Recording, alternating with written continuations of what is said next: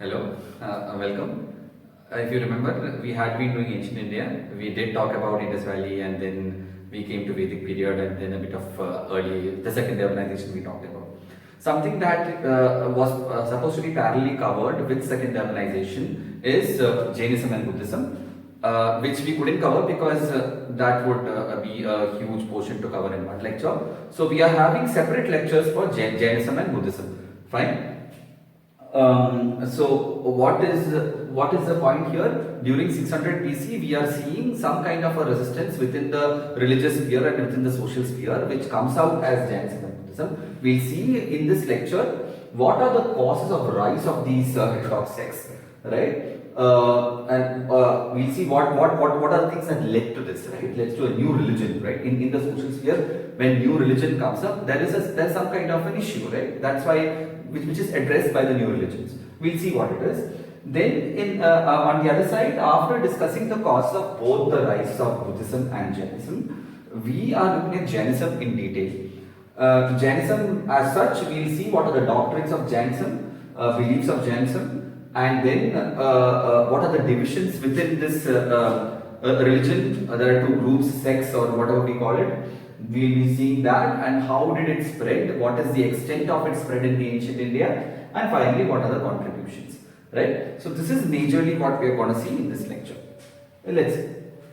So Buddhism and Jainism. What are the causes of rise? First is understanding what gave rise to new religions. Remember, when we are looking at the later Vedic period, not the early Vedic period, the later Vedic period. The later Vedic period, we saw that there was this increased concentration or increased emphasis on rituals, more money to be spent on sacrifices, more rituals, and Brahmins as a caste have become extremely strong, because even Kshatriyas are below them. If they are saying for a particular kind of a ritual, you have to pay this much to them, either in land or in cash.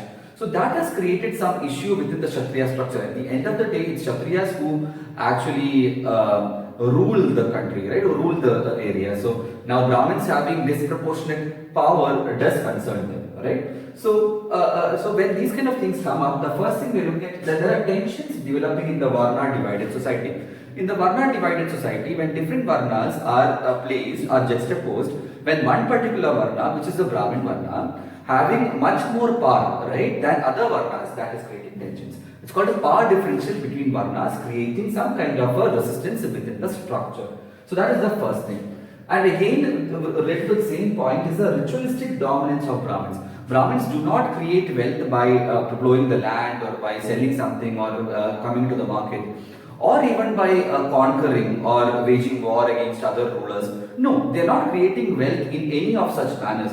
Their only wealth comes through rituals. They have pretty much a hold on the religion. The rituals that have to be performed is a monopoly of that particular caste, and hence this dominance is really creating issues in the entire structure, right? People are questioning the legitimacy of the caste, wherein they are not providing anything material. Just through rituals, they are able to dominate the entire society, which is a concern. Shifting to a very economic angle here, another cause is the new agrarian economy. Now we know these are Mahajanapadas here. You cannot just move a Mahajanapada from one point to another. The huge cities and the surrounding fields and whatnot, right? And societies are agrarian. At the core of society is agriculture, right? We are creating, we are sowing and harvesting and whatnot. Now when the population increases, the agrarian surplus has to increase so that they can support the population. Now, we know that iron had been discovered during the later Vedic period, which is entirely,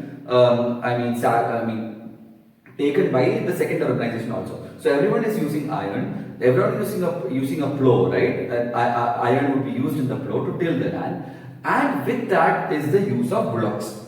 The bullocks are very much required to plow the field, right? Now, in the later Vedic period and during that time, and even the Mahajanapada period, a lot of people actually used to butcher bullocks and they use it for food and for other purposes.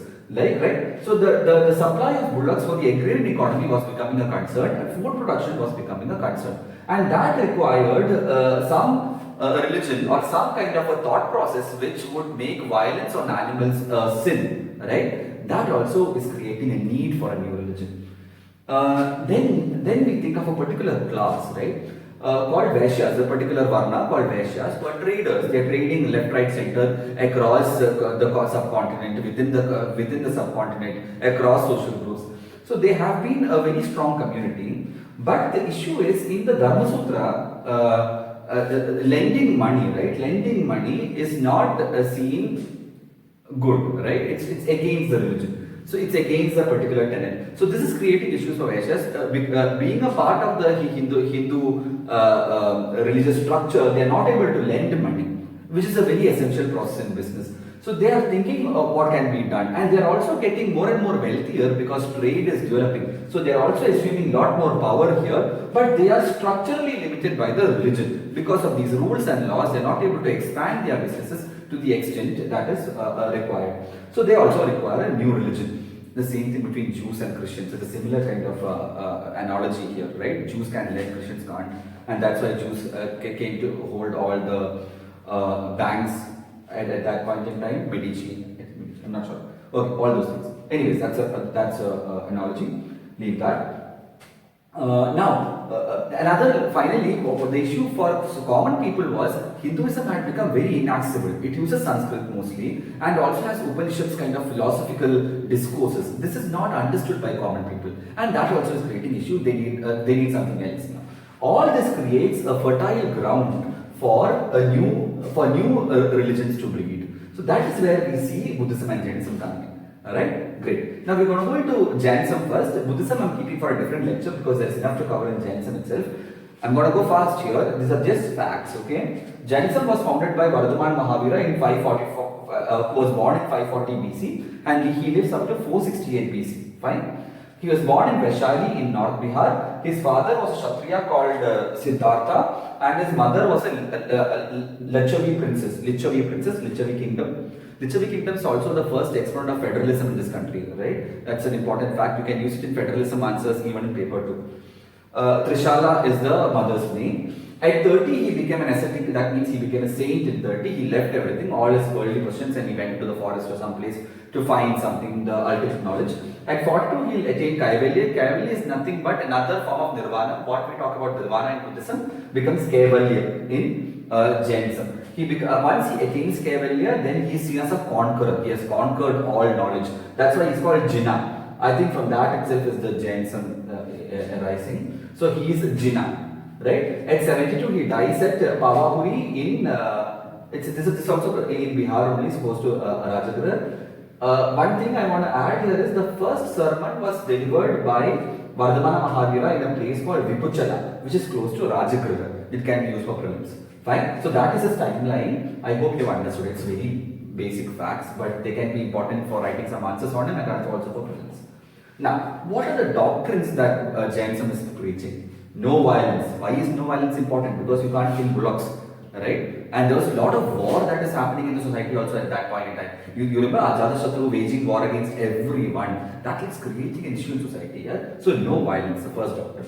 Second is no lies. Third is not to steal. Fourth is not to acquire property. And finally, fifth is to observe brahmacharya or continence, right? That's it. There's nothing much. Not to acquire property, not to steal, not to lie, no violence, and observing continence or brahmacharya.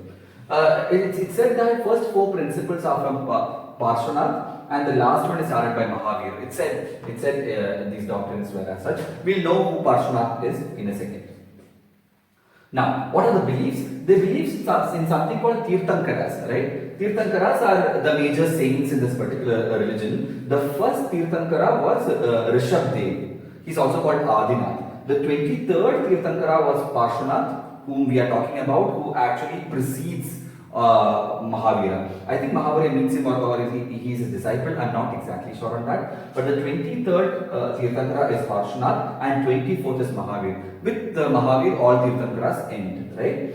And if you go to the National Museum and if you look at the bronze statues in the National Museum, you can see Parshvanath there. The symbol for Parshvanath is mostly snake. You have that Anandan kind of a snake in a Buddhist structure. That means it's Parshvanath. It is not Mahavir. Fine. So that is what they believe in. All these Tirthankaras, all their sayings. The first 22 are basically mythological. 23rd and 24th did exist in real. Parshvanath and Mahavir are real figures. Fine. What are other beliefs?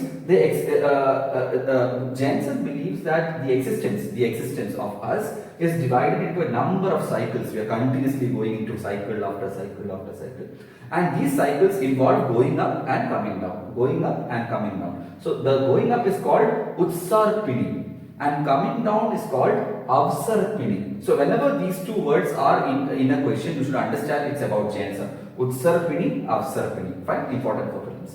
Now, other things. There's something called Triratna, which they believe in, which means right faith, right knowledge, right conduct. That's it. Remember, Triratna of Jainism, right faith, right knowledge, right conduct. You can remember this by KFC. That's how I remember it. KFC. Fine? I hope that helps. Anyways, Jainism believes that soul exists, which is also believed by Hinduism. Hinduism also believes soul exists. Jainism also believes soul exists. But Buddhism does not believe that soul exists. Right? That's a difference you can see between Jainism and Buddhism. They also believe in Sayadvad or Anekantvad. Sayadvad or Anekantvad is this, that truth is relative. Truth has multiple facets.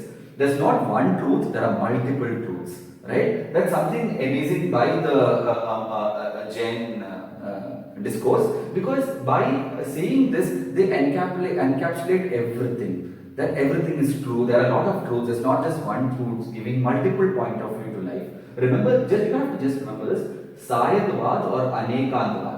You can understand this easily. Shayad means Shayad. I mean, there's may, right? That means multiple may. Everything is a may, probability. Anekantvad, ant means end. Ant means multiple ends. That's multiple truths. Easy to remember. Fine. Angamas are Jain literature. Whatever their teaching has been written, the Tirthankara teaching has been written here. They mostly use Ardhamagati or Prakrit in Angamas, the literature, the real literature of the Jains. Now, what are the divisions within Jainism? There are two divisions majorly: Shvetambar and Digambar. The Digambar division is more orthodox, the Shvetambar division is a bit liberal. That's how you understand this. Shvetambar are sky clad, okay? Digambar are sky clad, Shvetambar are white clad, right? So the Shvetambar people would clothe themselves, they wear clothing, they are not naked. But Digambar are naked. The monks are naked in Digambar Jainism. If you go to Shravanbel Gold, if you look at the Shravanbel Gold in Karnataka, if you look at the statues there, they are all naked because of Digambar shrine. That's why they are naked. Fine? So naked. Now, Shvetambar believes that Mahavira married. On the other hand, Digambar believes that Mahavira did not marry, he was a celibate. Fine? Shvetambar believes the Angamas, these literature, they survive, right? They are still there, we can read them. But Digambar believes Angamas have been lost forever, we can't get them back. Shvetambar believes that women can have liberation. Women, if you are born as women, you also can get kaivalya and liberate yourself. But on the other hand, Digambar believes that women cannot liberate themselves, they cannot attain kaivalya unless they are born as man. That is why I am saying Digambar is a bit a lot conservative. On the other hand, Shvetambar is a bit liberal. That's how you remember this. Fine?